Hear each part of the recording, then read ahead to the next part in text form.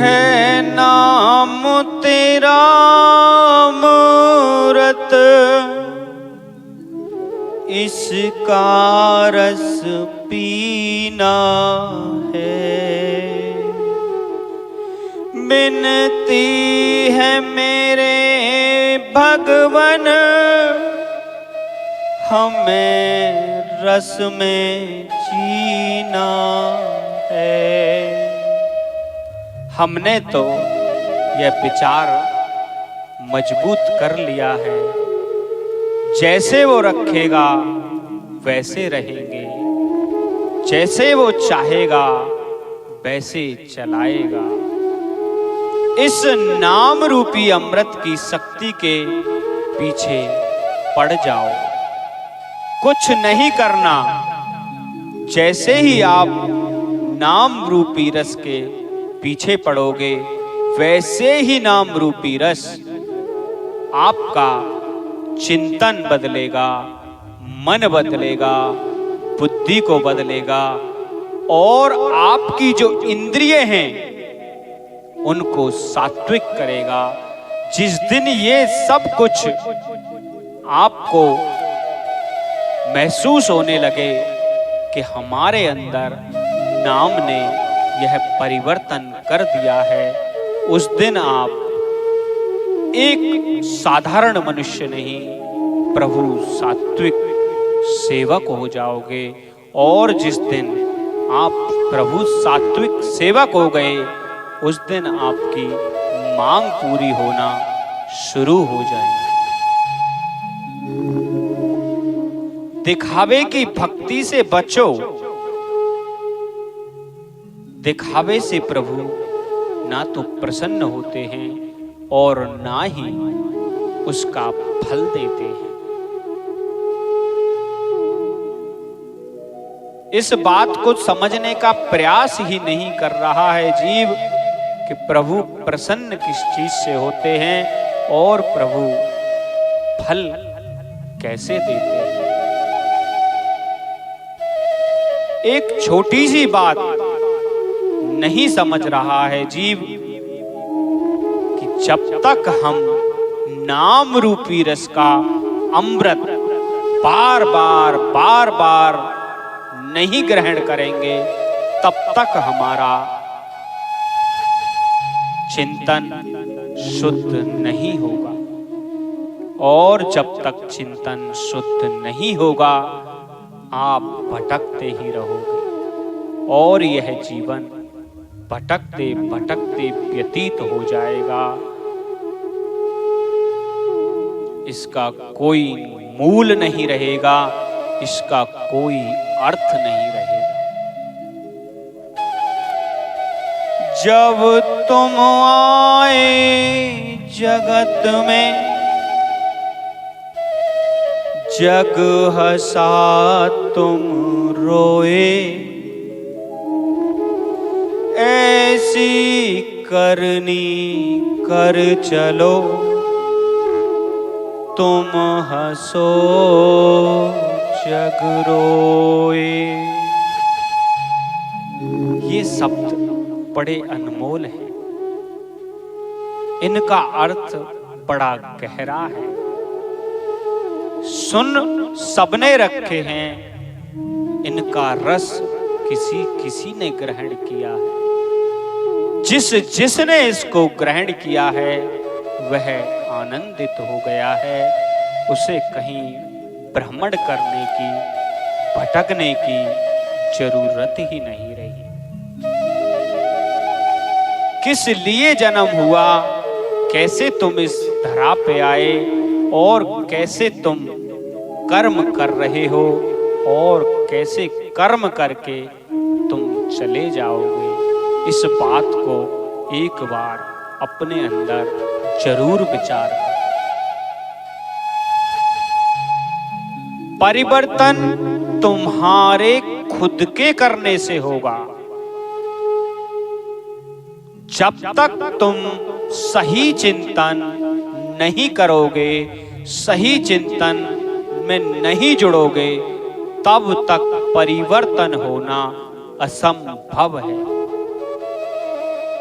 कितनी भी जगह मत्था टेको, कितनी भी जगह आप भ्रमण करो, तीर्थ करो, दर्शन करो, जब तक आप समझोगे नहीं भ्रमण करने का अर्थ क्या है, तीर्थ करने का अर्थ क्या है, दर्शन करने का अर्थ क्या है, इसका लाभ क्या है, ये मनुष्य को कैसे परिवर्तन करते हैं, तब तक समझोगे नहीं जब तक उनका कोई भी फल आपको प्राप्त नहीं होगा। होड़ और दिखावे के जंजार से बचो। जो समय निकल गया वह आएगा नहीं, जो आ रहा है उसको संभाला नहीं तो यह जीवन व्यर्थ है, कोई अर्थ नहीं है। मनुष्य जीवन ही एक ऐसा जीवन है जिसमें अपना जीवन शुद्ध सात्विक करके प्रभु को प्राप्त किया जा सकता है। और किसी जन्म में और किसी योनियों में ऐसा मतलब, ऐसा तत्व नहीं है जो प्रभु को जीव प्राप्त कर सके। मनुष्य जन्म का अर्थ बहुत जरूरी है समझना कि हमें जीना कैसे है, हमारा जन्म किस लिए हुआ। अगर आपने इस चीज को नहीं समझा तो आपका जीवन पशु व्रत जीवन है। जैसे पशु को पता नहीं होता कि हमें कैसे जीना है, कैसे कार्य करने होते हैं, कैसा हमारा जीवन नष्ट हो जाता है, ऐसे ही आप जी रहे हो। तो आप जो जीवन जी रहे हो वह पशु व्रत है। मनुष्य को उसने बड़ी सजगता से बनाया है कि इसको मनुष्य देही देके एक बहुत बड़ा उपकार प्रभु ने हमारे ऊपर किया है कि मनुष्य जन्म में यह सभी भोगों का भोग करके भी सात्विकता से कर्म करके, भजन करके, अपने इष्ट में पूर्ण विश्वास करके मुझे प्राप्त कर लेगा और इसका जीवन धन्य हो जाए। लेकिन इस बात पे किसी का ध्यान नहीं है। बहुत उल्टा चल रहे हैं सब लोग, बहुत गलत कर रहे हैं सब लोग। तत्व और जीवन, इनका महत्व समझना बहुत जरूरी है। जब तक समझोगे नहीं तब तक आपको कोई फल प्राप्त नहीं होगा। इसीलिए मनुष्य हर समय परेशान है, क्योंकि वह ना तो समझ रहा है और ना ही समझ के चल रहा है। सुन सब रहे हैं, जानते सभी हैं, लेकिन माना कभी नहीं और चिंतन सही नहीं किया। किसी को हम कुछ पूछें तो उसका जवाब यही मिलेगा, हाँ हम सब जानते हैं। ठीक है, सब जानते हो, लेकिन सब मानते भी हो क्या? इस बात का किसी के पास कोई जवाब नहीं है कि सब जानते हुए भी मानते नहीं। यह शास्त्र, पुराण, महापुरुषों की वाणी व्यर्थ नहीं है। एक एक शब्द में मनुष्य के जीवन को साधने की शक्ति है। मनुष्य का जीवन परिवर्तन करने की शक्ति है। लेकिन शब्द का अर्थ जानने की कोशिश ही नहीं की। बस भ्रमण, भगना, होड़ करना, दिखावा करना, ये इस चीज को बहुत जल्दी पकड़ लेता है जीव, लेकिन तत्व से बहुत परे है, बहुत दूर है। हमारी आप सबसे यही प्रार्थना है कि ये जो समय है, ये जो जन्म है, यह जो सांस है, इनको आप व्यर्थ ना करें। यह दोबारा मौका नहीं मिलेगा। बड़े भाग मानुष तन पावा,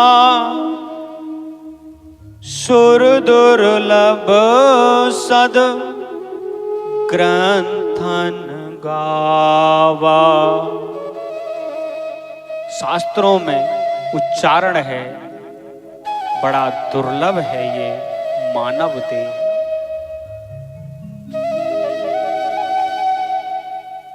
जैसे आप सुनते हो वैसे ही उसका चिंतन करो, वैसे ही अपने आप को एनालाइसिस करो, चेक करो कि शास्त्र क्या कह रहा है और हम कहां चल रहे हैं।